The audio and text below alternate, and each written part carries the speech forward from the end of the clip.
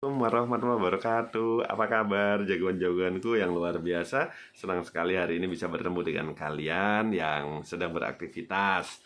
Tetap semangat, yang sedang mager tetap mager sambil dengerin celoteh Pak Beh. Semoga bermanfaat. Suatu hari Pak Beh bertemu dengan teman Pak Beh, ya teman masa lalu ya. Dia sedang ngobrol dengan temennya, dan saya tidak kenal temennya ini siapa. Temennya ini bilang begini, aku itu ya Pak Deku, kamu tahu, woi, kepala kepolisian di mana? Buleku kalian tahu, woi, ketua komisi apa di mana? Kamu tahu pamanku, woi, dia kepala kantor dinas mana? Kamu tahu nggak omnya omku, wow, deputi jenderal di Mabes mana? Kamu tahu nggak budenya budeku, weh, tangan kanan menteri mana? Kamu tahu nggak kakeknya kakekku, weh, tangan kanannya presiden mana? Wih, saya yang mendengarnya merinding ya, merinding banget. Wah, dia orang penting banget ya. Hebat. Ya hebat lah. Kita mau komen apa lagi? Lo mulai dari bude, kakek, Pak D, temennya Pak D, Pak D-nya Pak D, budenya bude, kakeknya kakek. Semuanya kayaknya. Jabatannya nggak ada yang ketua RT. Hike. Wih. Ya cuman kadang-kadang saya ngerenyit aja ya.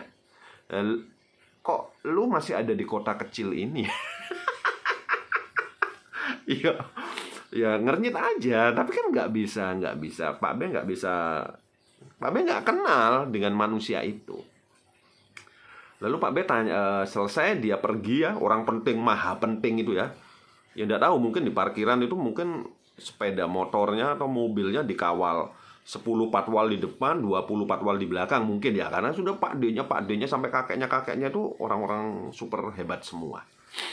Lalu saya nanya sama teman Pak B yang masa lalu itu, siapa orang penting itu?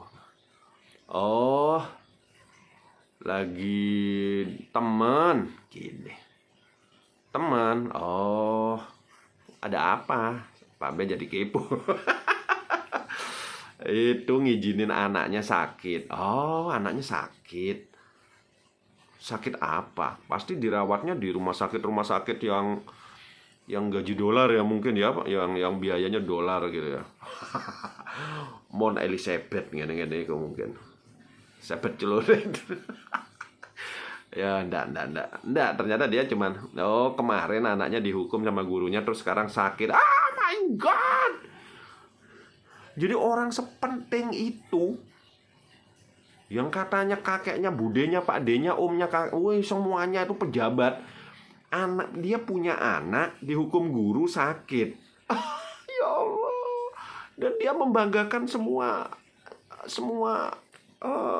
apa namanya tadi, draft orang pentingnya itu. Ya Allah, jagoan-jagoanku yang luar biasa. Banyak sekali manusia-manusia modern ini yang sibuk untuk memposisikan dirinya sebagai manusia hero. Jadi superhero lagi nih temanya ya. Dia menganggap kalau semua pejabat dia sebut, dia jadi orang penting. Dia menganggap kalau dia jadi orang penting, maka semua orang akan tunduk patuh kepadanya. Sesuatu yang sangat konyol. Sementara di satu sisi mental anaknya sangat lemah sekali, tidak dia kondisikan untuk membangun mental yang kuat. Apalagi ketika Beh nanya anaknya cewek atau cowok. Cowok. Aduh, anak cowok dihukum gurunya terus sakit kepikiran. Aduh, subhanallah. Itulah kalau manusia-manusia sibuk dengan gengsinya, dia lupa untuk membangun pondasi dasar dari setiap manusia tahan banting. Survival. Dinosaurus yang begitu besar karena dia tidak tahan banting, dia punah. Yaudah, manusia purba dari zaman batu pun dia punah karena dia nggak tahan banting. Kita pun akan punah kalau kita tidak tahan banting dengan ujian-ujian dunia yang semakin lama semakin serem. Gak ada guna kita punya channel 2200 channel. Gak ada guna kita mengakui 200 kepala negara sedunia masih sepupu, masih keponakan, masih misanan, masih jeruan. Jeruan, rempelo. Kalau kitanya kejepit pintu aja harus oknem dan operasi di Korea. Manusia hebat itu adalah manusia yang tanpa menyebutkan channel-channel dekeng-dekeng yang berjabat-jabat mewah itu, tapi kita bisa menghadapi setiap ujian, setiap rintangan dengan senyuman dan kuat. Jagoanku yang luar biasa. Jadinya aku terserah aku. Tidak ada jaminan anak seorang dokter jadi dokter. Juga tidak ada jaminan anak seorang pengusaha kaya dia juga akan kaya.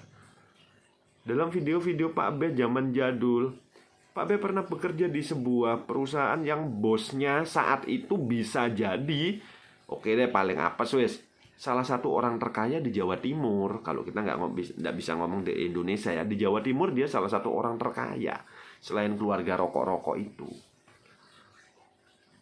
Pak B saat itu membayangkan enak ya jadi anak cucunya, nggak mungkin habis sampai cicit dan bawahnya cicit lagi. Tapi ternyata begitu ayahnya meninggal, begitu bos Pak B meninggal, anak-anaknya kelimpungan melanjutkan bisnis ayahnya. Bahkan tergusur oleh rival-rival bisnis yang lainnya.